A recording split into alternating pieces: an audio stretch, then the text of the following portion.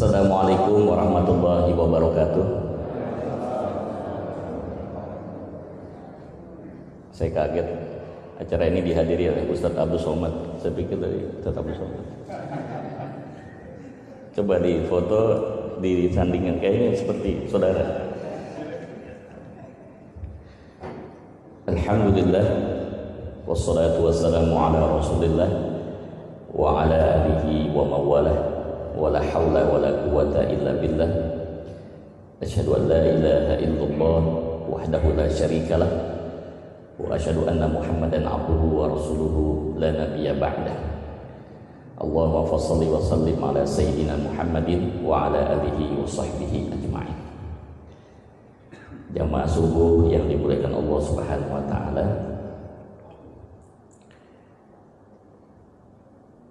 Sesungguhnya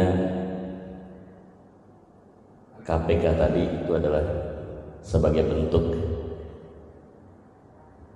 alternatif, karena KPK yang sekarang kok kayaknya buntu, Pak. Jadi sepertinya saya pikir salah istilah ya.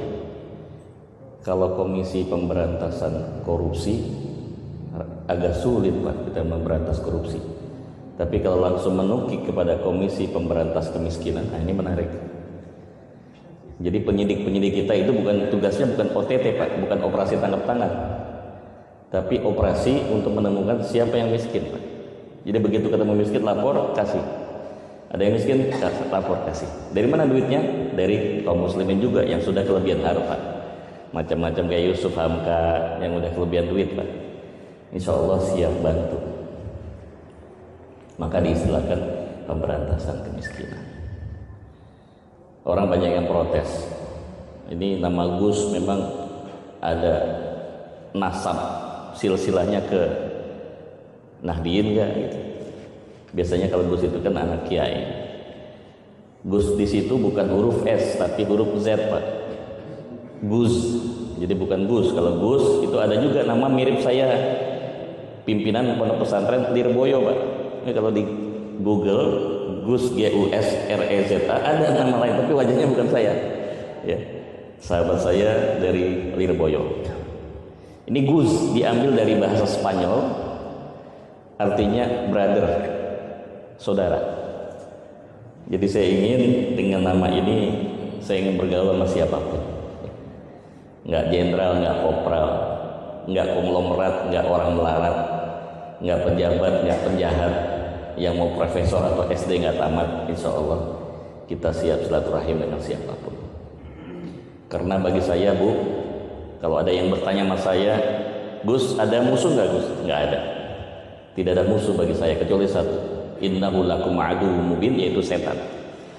Tapi kalau dia nggak sama kita gimana? Itu bukannya musuh, bukan. Itu lagi kesetanan, Pak. Kita ruqyah saja, Pak, selesai. Kalau orang sudah kesetanan, Bu, mata gelap, pikiran kotor, mental sakit, akhirnya melakukan tindakan-tindakan yang bukan lagi manusia. Tindakan-tindakan yang lagi sudah, maaf, perilaku setan. Baru kemarin terjadi di daerah Bekasi, dimuat dalam salah satu media. Ini Ustaz Agus, aduh, saya ngomongnya nggak tega juga, Bu. Seorang anak tega memperkosa ibu kandungnya sendiri. Coba, ada itu, nyata. Saya belum dengar juga, Pak. Kalau seandainya iblis itu punya anak, kayaknya nggak mungkin anak iblis juga memperkosa ibunya iblis gitu, Pak. Belum pernah dengar saya. Tapi ini ada manusia, kok tega-teganya gitu, melakukan ruda paksa kepada ibunya sendiri. Waktu diperiksa di BAP di kepolisian, ditanya sama polisi, ibu kenapa baru lapor sekarang? Setelah 2 tahun kemudian baru lapor. Kata ibunya, bagaimana saya mau lapor, Pak Polisi? Saya mau diancam, mau dibunuh sama anak saya sendiri. Maaf, Bu, suami tega memutilasi istrinya sendiri. Mutilasi tahu, Ibu, ya? Dipotong-potong sampai bentuk kecil, masukin plastik, buang tempat sampah. Kurang ajar kan? Maaf, ada juga seorang ibu yang membuang bayi yang masih merah ke tong sampah dari hasil perzinahan. Nah, itu perilaku kesehatan. Jadi kalau ditanya, saya tidak ada musuh, tapi musuh saya adalah setan. Kalau ada manusia yang nggak benar ya berarti lagi kesetanan. Ya kita doakan supaya dapat hidayah, tapi kalau udah benar kita doakan supaya istiqomah. Kemudian saya juga perlu meluruskan, ini banyak juga mempertanyakan pada saya masalah nama ini. Orang memang kenalnya saya Pak, itu Gus Reza, tapi nama asli saya di KTP Reza Muhammad Suryadi bin Syarif. Jadi Syarif itu nama orang tua saya, Reza Muhammad Suryadi. Ya. Jadi lebih mudah diingat, ya udah kita singkat saja. Bukan berarti tidak menghargai nama pemberian orang tua, tapi supaya mudah diingat. Ini contoh ya Bu, ini contoh. Ibu tahu nggak nama aslinya Inul Daratista apa? Ainur Rahimah. Bagus Bu namanya, sesuai KTP. Ainur Rahimah, Ain itu adalah mata, Rahimah kesayangan, kasih sayang. Diganti nama panggung Inul Daratista. Namanya Tukul juga aslinya nggak itu. Kalau saya apa namanya itu ada bagus juga. Baik. Hari ini Bapak Ibu kita akan membicarakan tentang kuantum ibadah. Sebagian mungkin istilah ini terasa asing, tapi nggak apa-apa, kita coba bahas. Apa bedanya ada kata kuantum dan tidak? Kalau kuantum itu bukan lagi mengikuti deret hitung. Deret hitung itu Pak, 1, 2, 3, 4, 5, 6, 7, 8, 9, 10, 11 dan seterusnya. Tapi kalau kuantum itu dia pakainya deret ukur. 1, 2, 4, 8, 16, 32, 64, 128, terus kadang-kadang bisa ribuan, ratusan ribu, bahkan jutaan. Sampai dalam kondisi tidak terbatas. Kenapa judul ini perlu kita bicarakan? Kuantum ibadah ini terkait dengan hadis Rasulullah SAW, riwayat At-Tirmizi, sanadnya adalah hasan. Apa kata Rasulullah? Qala Rasulullah sallallahu alaihi wasallam, a'maru min ummati ma baina 60 ila 70. Umur umatku itu rata-rata berkisar antara 60 sampai 70. Ini kata Nabi ya. Secara umum umat Islam itu usianya berada di antara 60 sampai 70. Kalau di antara Bapak Ibu ada yang usianya sudah di atas 70, itu bonus. Ini syaratnya ada nih. Ya. Bapak berapa? 74. Oh, bonusnya banyak ini. Ya. 74. Masya Allah Pak. Nggak semua orang seperti Bapak. Luar biasa. Bagaimana dengan yang di bawah 60? Yang usia yang di bawah 60, maaf, waspada. Dikit lagi nyampe.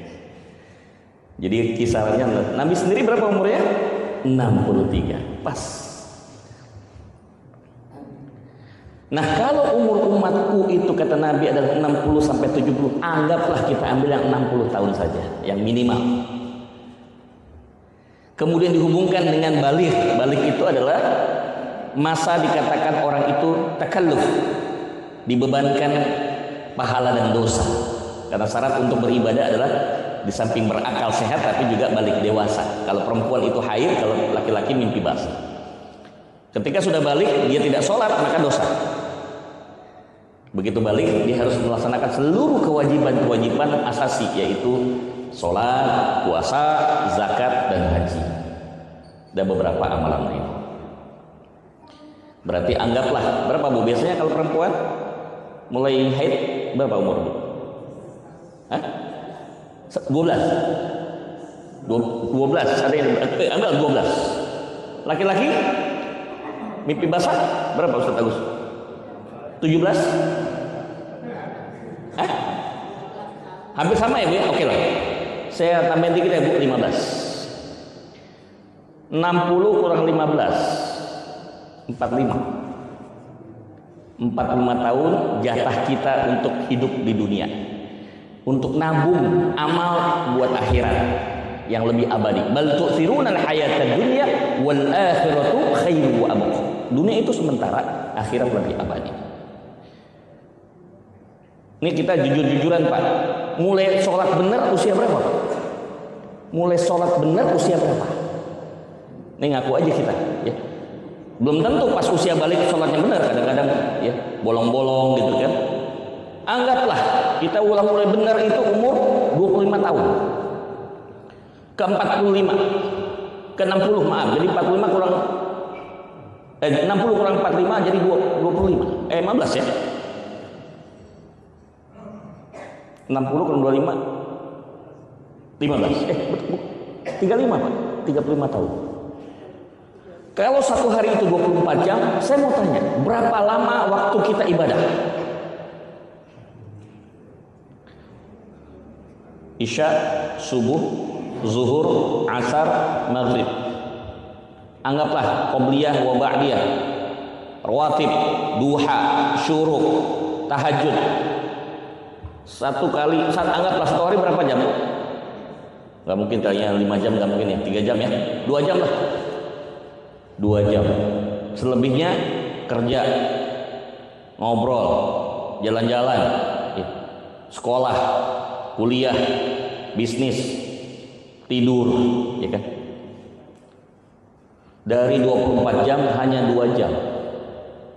Rasanya kalau kita berhitung seperti ini, 35 tahun 2 jam kita alokasikan untuk ibadah, rasanya nggak bakal nyampe, Pak. Maksudnya nyampe bagaimana, Gus? Nanti di yaumul hisab, di hari perhitungan, di yaumul mizan, hari penimbangan, nanti amal kita akan ditimbang. Mana yang lebih berat? Pahala apa dosa? Rumus masuk surga secara sederhana yang disebutkan Allah dalam surat Al-Zalzalah, ya. Kalau pahalanya itu lebih berat dibandingkan dosa, maka keputusannya vonis surga. Allah akan memberikan keputusan surga. Tetapi kalau dosanya lebih berat dibandingkan pahala, maaf, nauzubillah min dzalik, keputusan vonisnya adalah neraka. Jadi rumusnya bagaimana memastikan begitu kita menutup mata untuk selama-lamanya, menghembuskan nafas terakhir, Bu, pastikan pahala kita lebih tinggi dibandingkan dosa supaya aman, ya kan? Supaya aman, Pak. Kan nanti pada saat itu kan yang terakhir yang dihitung. Bagaimana kondisi amal kita terakhir? Pertanyaan saya, Bapak dan Ibu, tolong dijawab dengan jujur. Kira-kira kalau besok kita meninggal, banyakan mana pahala atau dosa? Sebelum Bapak Ibu jawab, saya jawab diri saya sendiri. Saya sangat meyakini dosa saya lebih banyak dibandingkan pahala. Betul nggak, Bu? Nah, terus gimana dong? Katanya untuk masuk surga, pahala harus lebih berat dibandingkan dosa. Sementara kita sekarang masih hidup, yang besok kemungkinan mati, dosa kita masih lebih banyak dibandingkan pahala. Maaf, bukannya menyimpulkan, khawatir jangan-jangan nanti tempat kita bukan di surga karena lebih banyak dosa dibandingkan pahala. Ini pertanyaan besar. Ini harusnya menjadi sebuah perhatian yang serius dari kita, karena jatah hidup di dunia cuma sekali, nggak akan diulang. Kalau kaset bisa diulang, di rewind. Hidup kita tidak bisa di rewind. Sudah selesai sekali, harus ke akhirat. Oleh karena itu judul ini kita bahas, bagaimana caranya kalaupun kita harus meninggal dalam kondisi dosa lebih banyak dibandingkan pahala, tetap kita mendapatkan surganya Allah Subhanahu wa taala. Coba kita punya kesepakatan, kalau ini dikasih ilmunya, diamalin nggak, Bu? Insya Allah ya, Bu ya. Insya Allah kita amalkan ya, Pak ya. Insya Allah. Ada istilah ulama mengatakan, laisa tamattu akliyah, walakin tamattu amaliyah. Nikmatnya berilmu itu, nikmatnya hadir di majelis ilmu kayak begini, itu pada saat kita mengamalkan, bukan saat mendengarkan. Ilmu itu nikmatnya bukan karena didengar, ditonton, dicatat, tapi ilmu itu nikmatnya kalau diamalkan. Jadi saya doakan Bapak Ibu setelah mendapatkan apa yang disampaikan ini, dimudahkan Allah untuk bisa mengamalkan apa yang sudah kita bicarakan. Siapa tahu besok kita udah gak ketemu lagi nih, Pak. Ada yang menyusul ke saudara-saudara kita yang ada di alam barzah. Insya Allah udah dapat materi ini, diamalkan jadi insya Allah, mudah-mudahan. Itu sebenarnya alasan saya membahas pagi hari ini kuantum ibadah.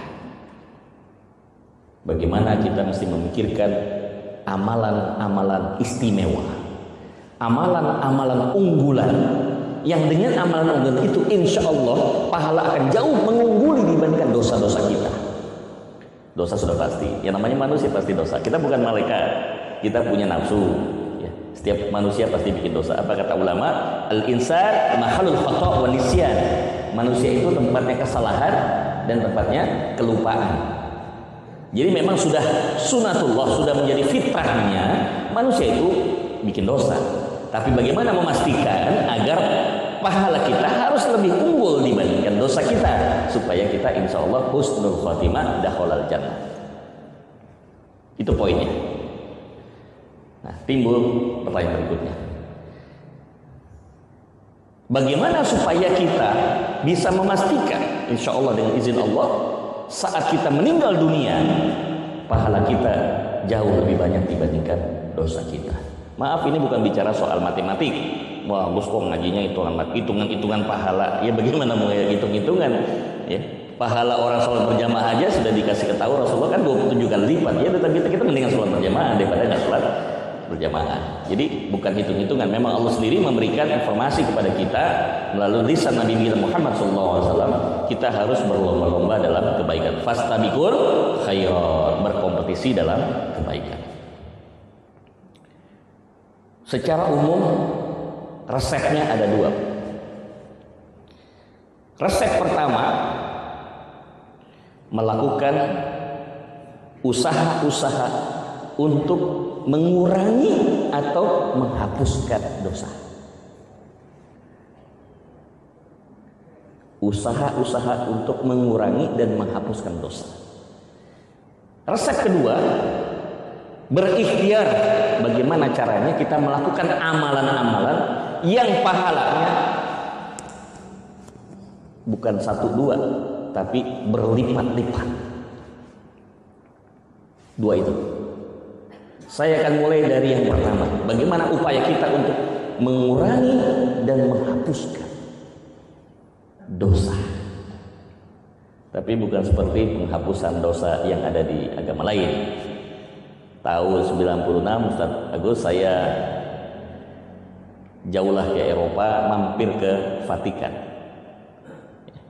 Jadi mereka punya satu ritual. Kalau mereka berbuat dosa, itu ada satu bilik, bukan kayak model telepon umum gitu ya, ada bilik. Mereka berlutut di situ, kemudian pengakuan dosa. Ya, di depan sudah ada dengerin bu, ya, macam pastor gitu, udah dengerin. Pak Pastor, saya sudah zina, saya gini, saya memfitnah, saya membunuh, gitu ngaku aja semua, bu, semua. Didengarkan, setelah itu dihapuskan dosanya. Tapi jangan lupa kasih dulu duitnya, kafarat. Jadi kafaratnya lewat uang. Udah selesai. Karena mereka meyakini bahwa ini wakil Tuhan, Pak. Wakil Tuhan. Nah saya nggak tahu nih yang di Zaitun mirip-mirip nggak gitu loh, Pak. Ya kan katanya begitu. Kalau ya ini kita baru dengar-dengar ya, saya belum tabayun. Katanya kalau berzina ya bisa kafaratnya 2 juta kelar itu Ustaz. Ya, katanya begitu ya. Bukan itu yang saya maksud. Yang dimaksud dengan mengurangi dan menghilangkan dosa adalah 2 amalan. Istighfar dan taubat. Istighfar dan taubat. Qala Rasulullah sallallahu alaihi wasallam, inni la astaghfirullah ta'ala wa atubu ilaih 70 marrah kulli yawm atau 100 marrah kulli yawm.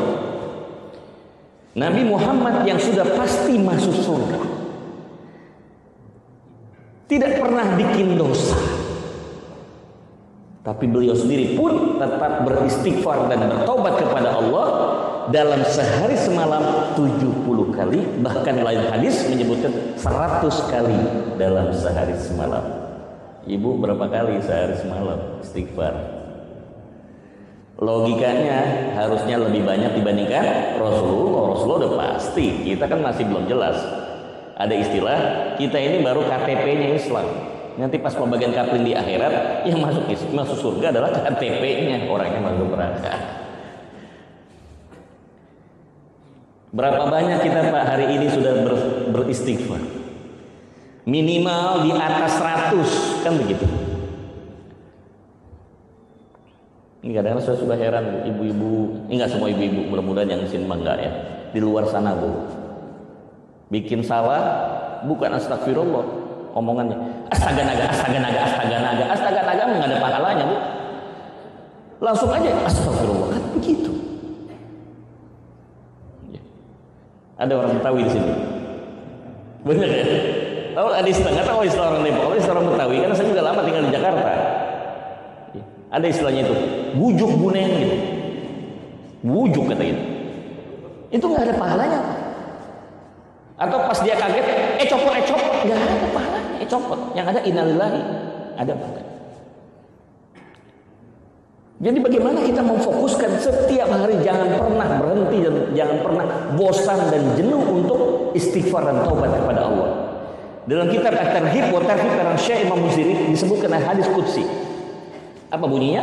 Hadis qudsi adalah ucapan Allah tapi lisan Nabi Muhammad SAW. Bunyinya adalah sesungguhnya aku maksudnya Allah, sesungguhnya aku tidak akan pernah bosan mengampuni dosa hamba-hambaku sampai hambaku bosan minta ampun kepadaku.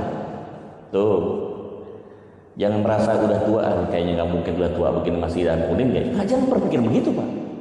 Selama hayat masih dikandung badan, masih bisa nafas, jantung masih berdetak, teruslah kita beristighfar dan bertobat. Jangan berhenti istighfar dan taubat.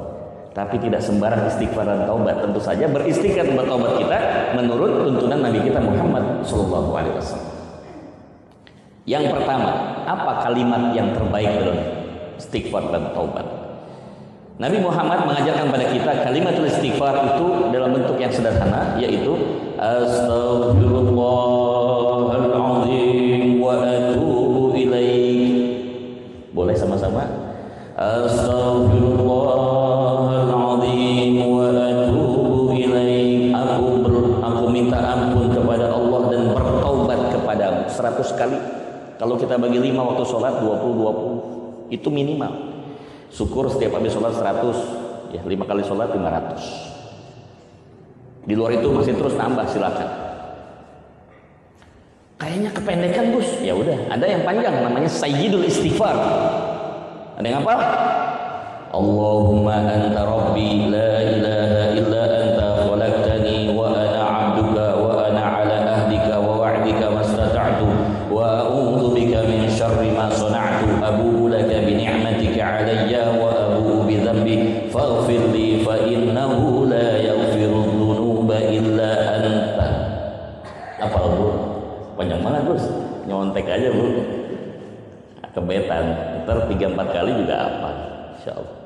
Allahumma anta rabbi la ilaha illa anta khalaqtani wa ana 'abduka wa ana 'ala ahdika wa 'adika mastata'tu wa a'udzu bika min syarri ma sana'tu abu laka bi ni'matika 'alayya wa abu bi dhanbi faghfir li fa innahu la yaghfiru dzunuba illa anta. Itu kalimat. Boleh yang lain-lain, tapi yang sering dicontohkan Nabi ya yang dua ini. Boleh Gus yang lain ya boleh, kan banyak juga Bu, bahkan jadi nyanyian kan. Astaghfirullah rabbal baraya astaghfirullah minal khotoya. Monggo silahkan. Yang kedua, tempat. Nggak usah ngiri ya Bu, Pak. Orang yang wukuf di Arafah, dia istighfar dan taubat saat itu sejadi-jadinya, setulus-tulusnya, sebersih-bersihnya. Apa hadiahnya Bu? Allah akan hapuskan semua dosanya seperti bayi yang baru dilahirkan di muka bumi. 0 Bu. Balik ke tanah air tuh 0 dosanya Bu. Sampai di bandara Soekarno-Hatta fitnah dan gibah lagi, nambah lagi dosa. Jadi nggak salah kalau disebutkan dalam hadis haji yang mabrur itu adalah balasannya pasti surga. Kalau hajinya mabrur, jangan haji yang mabur. Nah, mabur itu orang Jawa Pak. Hajinya kemana? Orangnya kemana gitu kan? Nggak nyambung. maka pastikan berangkat menunaikan ibadah haji. Manfaatkan, karena inti ibadah haji adalah Arafah. Tidak ada haji, batal haji kalau tidak wukuf di Arafah, karena intinya ada di situ. Orang berlomba-lomba istighfar dan bertaubat, minta maaf kepada orang-orang yang pernah disakiti, lingkungan keluarga, sahabat, kerabat, tetangga, kiri kanan, teman bisnis segala macam. Telepon langsung.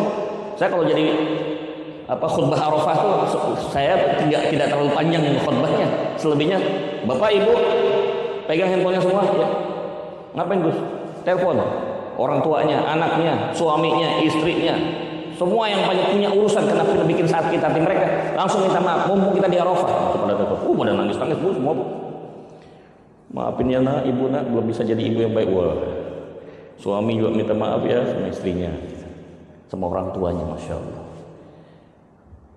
Nggak sembarang tempat. Ya boleh juga istighfar tempat Masjid Al-Barakah juga boleh, nggak ada masalah. Bagus-bagus aja. Tapi kalau tempatnya di Arafah lain ceritanya Pak. Itu hasilnya akan luar biasa. Kan nggak ada hadis barang siapa istighfar taubat di Masjid Al-Barakah, insya Allah seperti bayi yang baru dilahirkan, kan nggak ada gitu.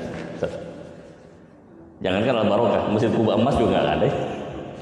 Mau masjidnya segede apapun nggak ada pengaruh, kecuali apa? Ya itu tadi di Arafah itu tempat yang istimewa. Apalagi Bu, waktu. Tadi bicara tempat, waktu. Ada satu waktu di mana tidak akan ditolak. Manfaatkan istighfar.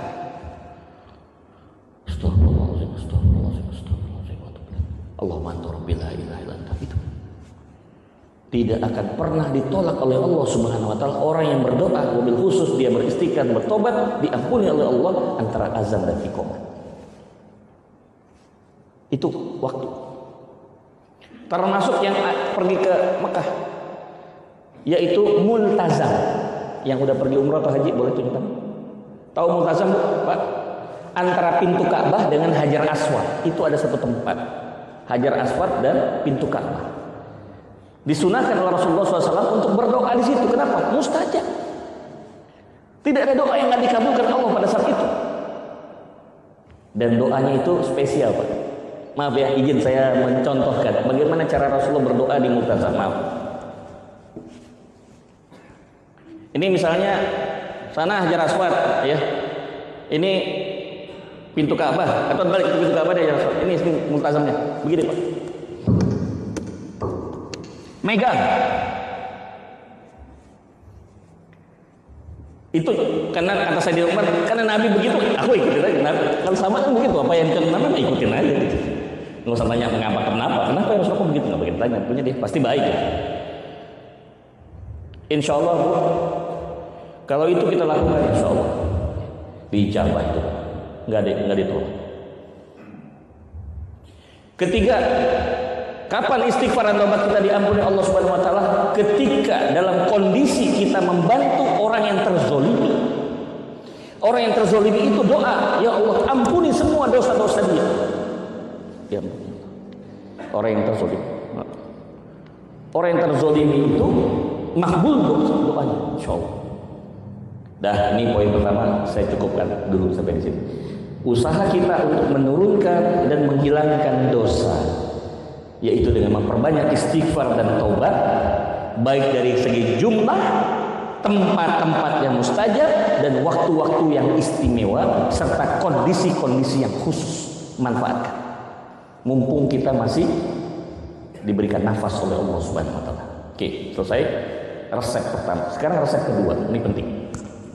Di samping kita istighfar dan taubat kepada Allah Subhanahu wa taala, kita juga melakukan amalan-amalan unggulan. Yang dengan amalan itu insya Allah kita bisa melipat gandakan pahala kita, jauh mengungguli daripada dosa-dosa kita. Karena manusia selalu pasti berbuat dosa. Nomor satu. Atau sebelum saya sampaikan, saya mau nantang dulu nih jamaah.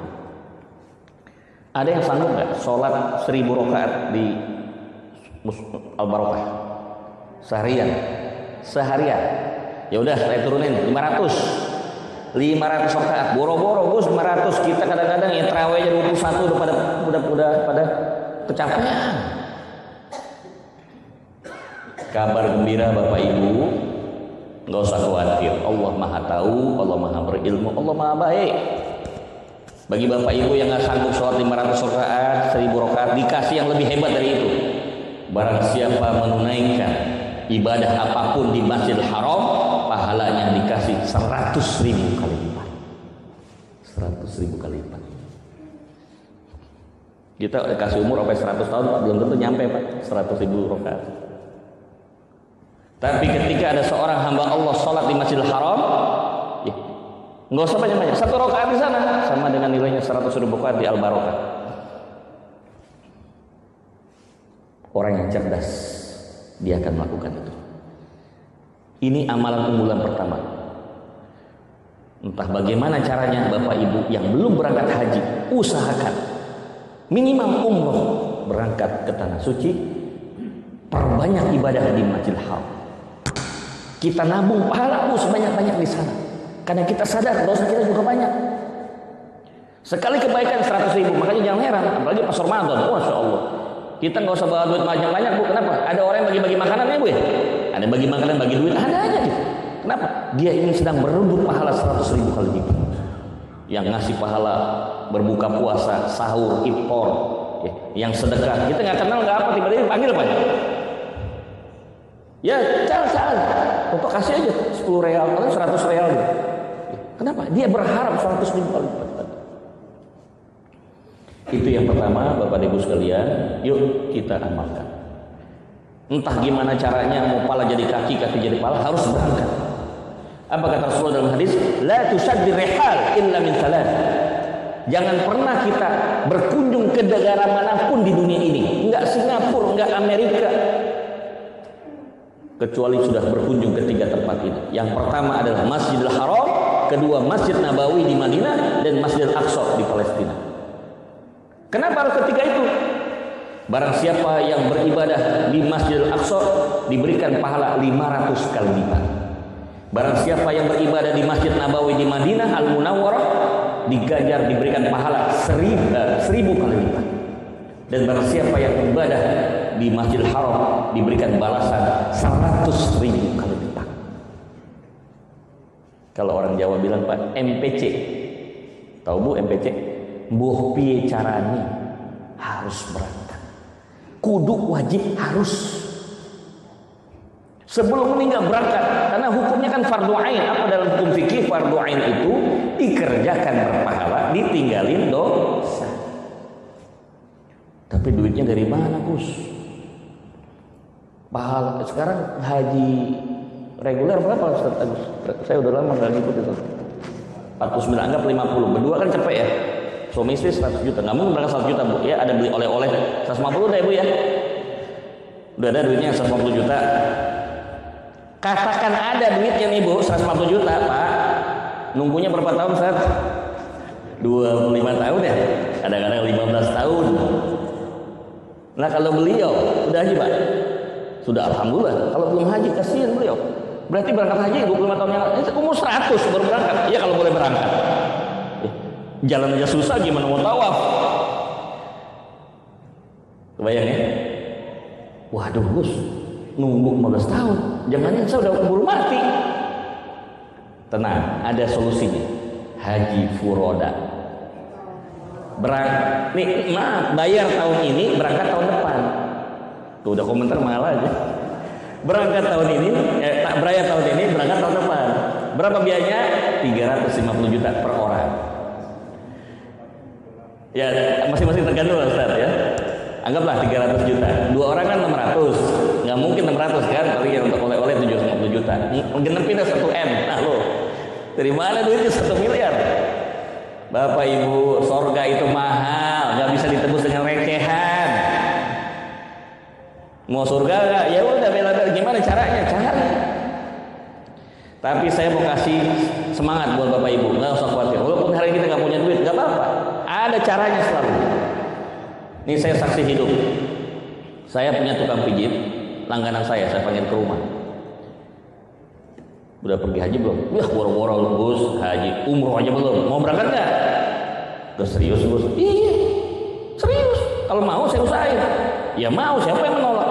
Tapi bayar berapa? Nggak, bayar gratis. Tapi siap nggak? Apapun resikonya, siap. Pokoknya berangkat. Dah, saya ketemu pengusaha travel. Pak, Bapak kan punya travel. Pesaing banyak. Saya usul nih Pak, saya kan konsultan pemasaran. Saya usulkan Pak, tolong di flyer ditambahkan. Kalau ikut haji sama kami, insya Allah ada tambahan pelayanan, yaitu pijat gratis. Ya kan lumayan, habis tawaf, habis sa'i, kan pegel Pak, betis Pak. Ya, kemudian jalan ya dari Mekah, kemudian menuju ke Mina ya, ke Musdalifah, itu kan lumayan Pak, jalan kaki. Naik bis kan kelamaan, macet ya, jalan kaki. Lempar jumroh, capek juga Pak. Udah mengutin kerikilnya, belum lempar lagi, belum balik lagi ke tenda gitu kan, ribet. Terus gimana maksudnya Gus? Saya punya tukang pijit langganan. Begini pijatnya Pak, luar biasa. Kalau dia bisa mijitin semua jamaah, pasti akan membludak Pak. Orang boleh juga nih haji, ada tukang pijitnya gratis, boleh juga nih. Jadi kita semangat terus. Wah boleh tuh Pak. Syaratnya apa? Gampang. Berangkatin dia haji gratis. Oh gampang. Satu orang kan? Jadi Pak, berangkat haji boleh apa? Pijit gratis. Tukang pijit aja bisa berangkat haji. Nah apalagi Bapak Ibu. Kan ada istilah-istilahnya tuh. Haji apa? Kosasi, ongkos dikasih. Haji Abidin atas biaya dinas. Haji Mansur, haji halaman digusur. Ada lagi baru, Haji James Bond, jaga masjid jual kebon. Ada Bu, marbot berangkat haji ada. Bukan berangkat dari duitnya, kenapa? Ibu-ibu majelis lain kasihan sama dia. Ya. Kemana-mana pakai topi haji, kayak begitu beliau. Dipanggilnya Pak Haji, tapi belum haji, malu kan? Akhirnya kumpul ibu, kita modalin, kita nabung. Bu, 3 tahun nabung Bu, jadi berangkat tuh Bu, marbot. Kenapa? Karena selalu bantu majelis taklim, ya, masjid dibersihin. Orang tuh salut sama dia. Yuk kita modalin supaya dia berangkat haji. Alhamdulillah berangkat. Jadi jangan mikir dari duit kita Pak. Kalau mikir dari duit kita nggak bakal berangkat Pak. Kita tahu berapa kocek kita sebulan. Tapi kalau kita yakin ada jalannya, man jahada fina lanahdinahu subul. Kalau kita udah menjada, kita mau berusaha pasti dapat. Waduh, baru satu udah 554 nih. Dikit lagi syukur. Baik, saya percepat. Nomor 1 apa Bu? Bagaimana caranya kita kunjungin Masjidil Haram? Mampir lagi di Masjid Nabawi. 100.000 sama 1.000, masya Allah. Pulang, ya, ngeborong pahala itu benar-benar insya Allah. Kita meninggal pas pulang, insya Allah Pak. Husnul khotimah Pak, insya Allah. Dan 1, bagaimana kita berupaya untuk berangkat ke tanah suci Makkah Al-Mukarramah. Nomor 1. Yang kedua, resep kedua, amalan unggulan. Apa ini? Bapak Ibu, ada hadis Rasulullah. Barang siapa yang ingin bersamaku di surga, berdekatan denganku di surga, sedekat dari 2 jari dari tangan kalian. Ini 2 jari. Nabi mencontohkan begini nih Bu, ini 2 jari. Kelingking telunjuk sama jari tengah kan dekat banget Ibu. Kalau mau kelingking kejauhan, ini segini mendekat.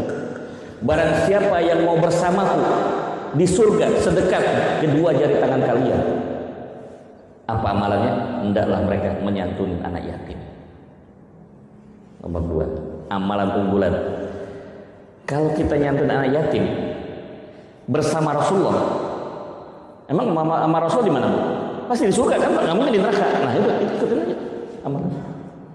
Insya Allah selama yang masih hidup saat ini, yang masih diberikan nafas oleh Allah Subhanahu Wa Taala, senantiasa ya, memberikan santunan kepada anak yatim, insya Allah ya, dia akan bersama Rasulullah nanti di surganya Allah Subhanahu Wa Taala. Maka Nabi Muhammad pun dikasih gelar Abul Yatama, bapaknya anak yatim.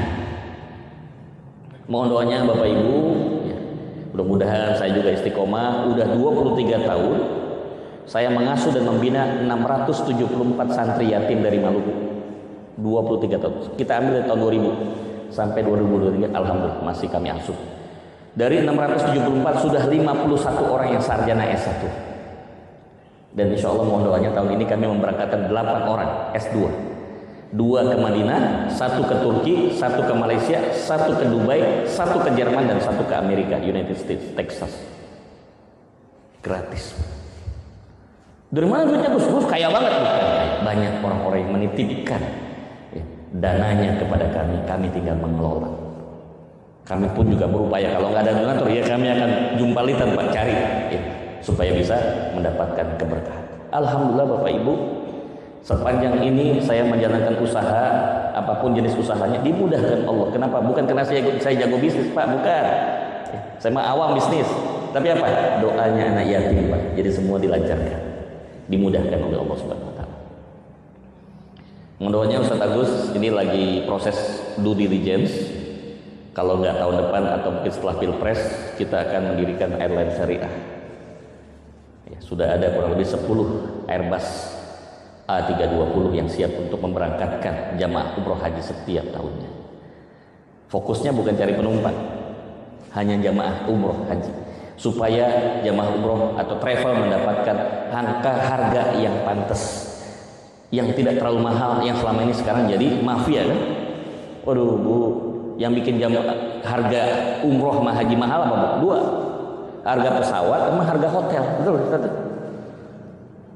Itu ada travel Bu, udah pesen Bu, dari Indonesia udah pesen sampai di sana, disuruh pindah. Kenapa? Ada yang lebih tinggi penawarannya. Nah, kasihan Bu, jamaah banyak yang terlantar.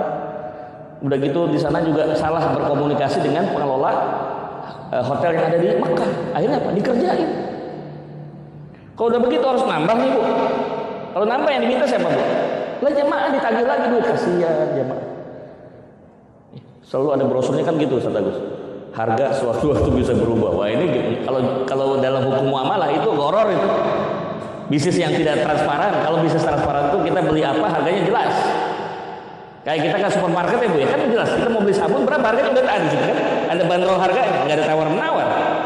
Lah kalau kita berangkat umroh, harga sewaktu-waktu bisa berubah, kan gawat. Tiba-tiba naik, kita harus mau nggak mau harus bayar. Insya Allah kalau hotelnya kita udah punya, airline-nya udah punya, fix Ustadz Agus, nggak akan lagi yang namanya nambah.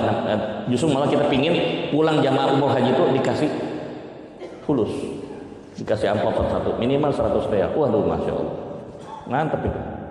Baik, jadi itu yang kedua. Nampaknya saya tidak mau pasrahkan ya. Sampai nomor 3 aja Bu ya Pak, mohon maaf nih ya, bukannya saya pelit ilmu, waktu, durasi nggak memenuhi syarat. Sinetron aja bersambung Bu, musuh kita nggak bersambung serius. Tugas DKM ngundang lagi kan. Lanjutan Gus, 42. Oh siap. 3, yang ketiga. Apa itu yang ketiga? Nah ini penting Bapak Ibu. Kita berpikir selama ini ya, kalau udah meninggal kita nggak bisa ngapa-ngapain ya. Udah nggak bisa sholat kan, udah meninggal. Kalau kita di kuburan lihat orang jenazah pada sholat kan kita pada kabur semua, lagi masih hidup lagi, bagaimana sih? Kan nggak mungkin. Namanya orang udah mati, udah nggak bisa ngapa-ngapain, nggak bisa sholat, nggak bisa puasa, nggak bisa zakat, nggak bisa haji kan, udah meninggal. Dia sudah berada di alam barzakh. Tapi ini ada satu amalan yang walaupun kita udah mati Bu, Pak, palanya masih ngalir terus. Apa itu? Idza mata Adam in qata'a amaluhu illa min thalathin. Apabila anak Adam meninggal dunia, terputus semua amalan kecuali 3. Nomor 3 Bapak, nomor 3. Waladun sholih yad'ulah. Kita nomor 3 dulu. Anak soleh yang mendoakan kedua orang tua. Beruntunglah Bapak Ibu yang bisa mendidik anaknya menjadi anak yang soleh dan solihah. Apa itu anak soleh dan solihah? Pintar, benar, segar, tegar, bugar. Nah, itu anak soleh itu. Kita anak soleh, apa spiritual, benar. Tapi sakit-sakitan, pusing juga kita orang tua Bu. Nah, kamu sakit dipelihara gitu ya. Baru masih sembuh, sakit lagi, capek kita juga orang tua kan, harus sehat. Sehat, bugar, tapi nggak benar. Bohong mulu sama orang tua, nggak boleh juga. Gitu. Sekarang saya mau tanya Bu, Ibu berani jamin nggak anak kita meninggal belakangan dibanding orang tuanya? Yakin? Nggak yakin saya. Sekarang trennya banyak orang tua meninggal lebih dulu dibanding anak meninggal lebih dulu dibanding orang tua. Kemarin ada kejadian di mau nengok ke pesantren Bu, anaknya naik mobil sekeluarga Bu, ya tabrakan, ya hancur tuh mobil. Anehnya Bu, yang meninggal bapak ibu, yang meninggal anak-anaknya, bapak ibunya malah selamat. Hadis ini nggak laku, ya Bu. Anak soleh mendoakan orang tuanya. Nah, anak solehnya udah meninggal semua Bu, bapak ibunya masih hidup, siapa yang doain? Masalah ini. Yang kedua, al-ilmu yuntafa'u bi, ilmu yang bermanfaat. Ustaz bukan, guru bukan, ustazah bukan, ustaz juga bukan, dai bukan, membantu susah. Bagaimana kita mau dapatkan pahala ilmu? Ya, Itulah beruntungnya kalau ibu punya anak, ya, putra putri jadi ustadz ustazah, masya Allah, itu pahalanya ilmu itu terus menerus. Susah yang kedua juga susah. Ini yang pertama, terakhir pilihan kita. Apa itu? Sedekah jariyah. Bapak Ibu, apa ini maksud sedekah jariyah? Sedekah yang ketika kita mengeluarkan, pahalanya ngalir terus. Bapak Ibu, saya perlu jelaskan sedikit. Sedekah dibagi 3. Sedekah sunnah namanya infak, sedekah wajib namanya zakat, sedekah istimewa yang kita bahas ini kuantum ibadah adalah wakaf. Mulai sekarang bukan bermaksud mengesampingkan zakat dan infak, tapi fokuskan, sisihkan harta kita untuk wakaf. Contoh, Masjid Al-Barokah mau dibikin 2 lantai, ya kan? Ya. Itu Indomaret tempat mau dibeli apa biar nanti kita nyambung, ada jembatan buat dari sini mau ke sana, ada nyambung buat perempuan ada di sana. Ini namanya kan boleh niat ya, kita beli berapa sih, paling 10 miliar jadi ya, di 2 lantai masya Allah, kita khusus ngaji di sana misalnya nih,